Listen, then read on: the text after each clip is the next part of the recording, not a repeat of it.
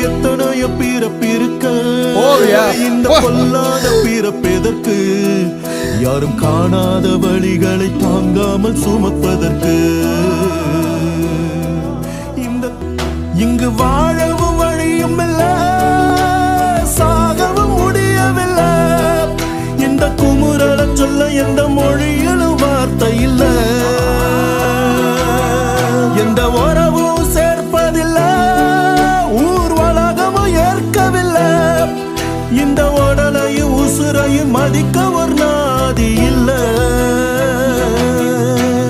எச்சில் இலை போல் இவர்களை நினைப்பது முறையா மனித பிறப்பில்